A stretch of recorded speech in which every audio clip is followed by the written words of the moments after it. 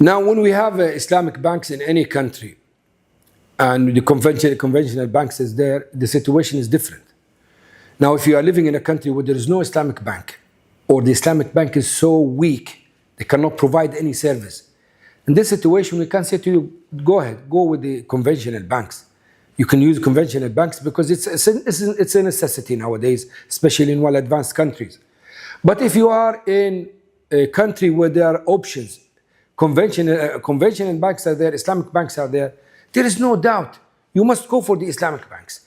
Now the problem with the people that way, they just keep repeating what they heard 10 years ago. Islamic banks are improving, alhamdulillah. Every year they are improving and they are trying to tackle the issues they have.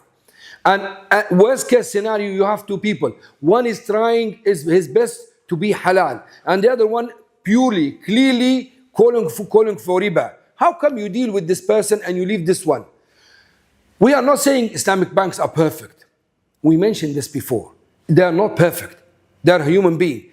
But many of them, they are doing their best to halalize and to make the contracts based on the halal way. When we say halal, we are not saying this is the perfect. We are not saying this is based on the objectives of Sharia, maqas Sharia. And we say just halal.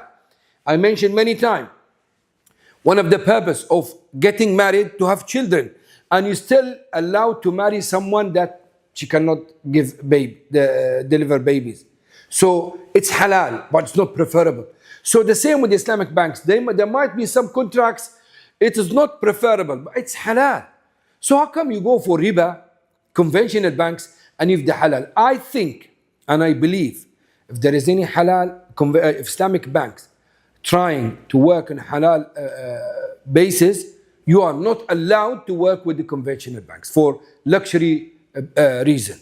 If there is need, yes, there is need, then that's another situation, another case. But if there is no need, you must deal with the Islamic bank, and you are not allowed then to deposit your money in conventional banks. Wallahu a'lam.